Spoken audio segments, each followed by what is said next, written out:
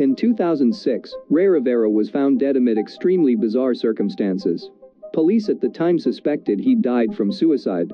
But with a lack of hard evidence and a number of strange details leading up to his death, the case remains unsolved. You know, there's a lot of unsolved mysteries, so let's see if we can solve this one. Rivera and his wife Allison had recently moved to Baltimore so he could take a job writing financial newsletters for his good friend Porter Stansberry's investment strategies company. Seems like a good man. In the evening after Allison had left for a business trip, Rivera vanished. Oh no. Friends staying at their home informed Allison that he had left the house in a hurry after receiving a phone call and had not returned. This stuff always scares me. After over a week with no sign of life, phone communication, or bank activity, Allison and her parents spotted Ray's car in a downtown parking lot on May 26th. Okay. But after searches of the area, Rivera was still unaccounted for, until a strange hole was spotted in the roof of a second-floor meeting room of the Belvedere Hotel. Oh my God. Hotel's main tower. Rivera's decomposed body was found inside the locked room with the punctured ceiling. That is so creepy. Suggesting that he either fell or was pushed from the roof of the main building. Ooh, that's suspicious. This just escalated like really quick. He went through the ceiling. Oh my God. The first theory, and the one that Baltimore officials lean towards, is that Rivera died by suicide. He left behind a cryptic note that was found taped to the back of Rivera's computer from the day he went missing. Oh wow, The note was okay. largely nonsensical, and was so puzzling to police that it was sent off to the FBI, who ruled it to not be a suicide note. It began with Freemason-related wording, brothers and sisters, and also contained a long list of family members and celebrities who Rivera wanted to make 5 years younger. Rivera would have had to take a running leap off the main building to land where he did. Rivera's shoes were placed near the hole's opening, along with his unbroken cell phone. His glasses were found intact and unscratched. Rivera's mother That's interesting. There's a whole movie here. All the hotel's camera rooftop footage of the day in question was unwatchable due to a technical error. You're lying. You are no way. I think that someone like disabled the cameras so it wouldn't be shown. That is too much to be a coincidence. Even more suspicious is the sudden and complete shutdown from Rivera's supposed best friend Porter Stansberry, who barred company employees from talking to the police or media and refused to cooperate with the investigation himself. Oh, that's really sad. Usually when it comes to like, you know, suicides, there are a lot of like planned, you know, murders that relate to suicide. That's why his friend obviously wasn't gonna cooperate. He killed his friend. Come on, guys.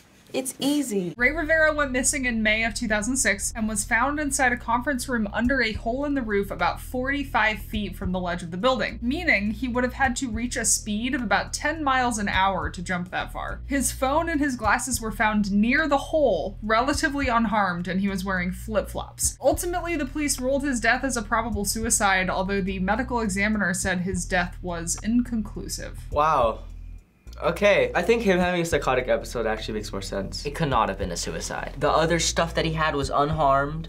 Seriously, that looked like more like a homicide, and then it was framed to look like a suicide. So he had to have died in that room. He couldn't have fell because his glasses wouldn't have been okay. Then the guy, his friend, he leaves and he pays off the same person who deleted the footage, locks the door. So they think that he jumped off the roof, but really they went in perfectly fine. This hotel is shady. Well, I think you solved it. I think I've solved it too.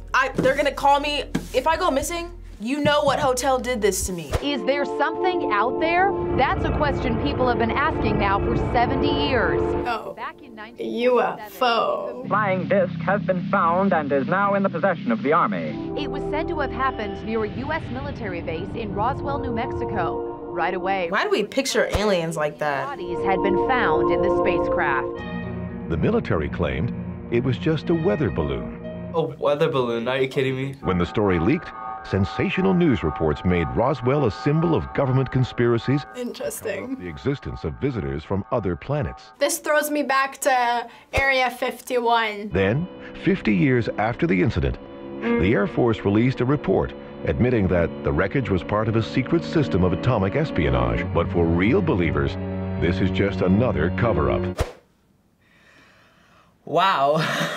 We're in danger. A lot of people are like, do you believe in aliens? Do you not? This has been a feud for years. I'm like 100% confident that there are other life forms out there, but we just don't know about it. But people act like they know about it, And then that's when I kind of disengaged myself. So in July of 1947, rancher William Brazel found a bunch of debris of a supposed flying disc and reported it to authorities. Ultimately, the military said it was a crashed weather balloon, but a lot of people were not convinced. In the 90s, the military came forward and said it was actually a nuclear test surveillance balloon, but a lot of people still aren't convinced, and the incident has gone down in history as the kind of start of the UFO and alien obsession in pop culture. Whatever the government says is BS. I'm not like especially about aliens. There's no way. That was like right after World War II, right? Maybe what if that was something from like another country that was gonna like hurt the U.S. in some way? You never why would they wouldn't tell the public that? I believe in aliens, so I think it could have definitely been something crashed, and they don't want to scare the masses. And if we find out there's another life form that is more advanced than us, now we're not the biggest on the food chain. Of course the masses are gonna freak out. So they're definitely covering something up. Jenny Sauter allowed 5 of her children to stay up late. They were playing with some toys in the living room. At 12:30 in the morning, Jenny is startled awake by the telephone ringing. I'm gonna get nightmares. When she answers it, a woman asks to speak with someone who isn't there and who Jenny doesn't even know. Jenny woke again, this time at roughly 1 a.m. Okay. She heard a sound like something hitting the roof and then was rolling down off of it. About 30 minutes later, she awoke a third time, this time smelling smoke. Oh, come on! She woke up her husband, George Sr., and the other children on the main floor. George tried to get to the attic, which was where the 5 children were sleeping, but the staircase was engulfed in flames. Oh, shoot. It was lucky that George, his wife Jenny, and their other 4 children were able to escape at all. That's a lot of kids. Quite a while. Once the fire was out, the search for the children's remains started. None were found. That's so sad. They started to believe that the 5 children weren't even in the house during the fire. Okay.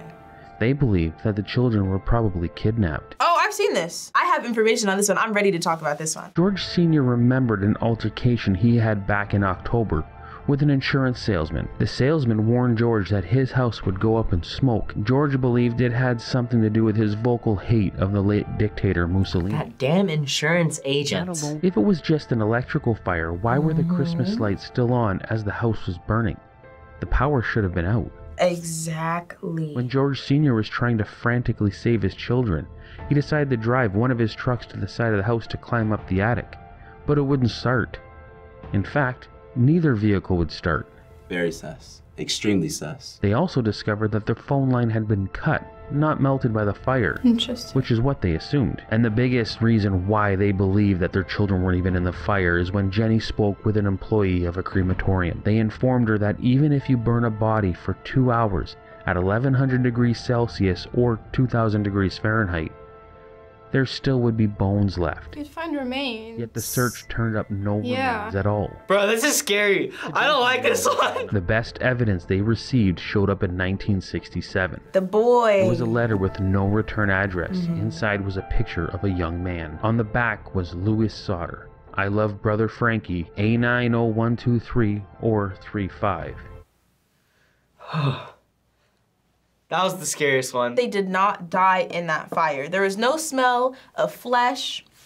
There were no bones. They didn't cut their own phone wire. Who cut it then? In 1945, the home of the Sauters was destroyed in a fire, and 5 of their children disappeared. In the 60s, they received a picture of what may have been one of the boys all grown up, but this mystery remains unsolved. That's crazy. I think it's a difficult one because there's so much happening, and I'm not surprised that it's still an unsolved mystery. The woman that called the phone was looking for somebody else, and that they continued to go to the house, and then once they found out that it was actually the wrong house or the wrong person, they're like, it's too late, let's just get the kids. What could have possibly happened? Someone is not being honest here.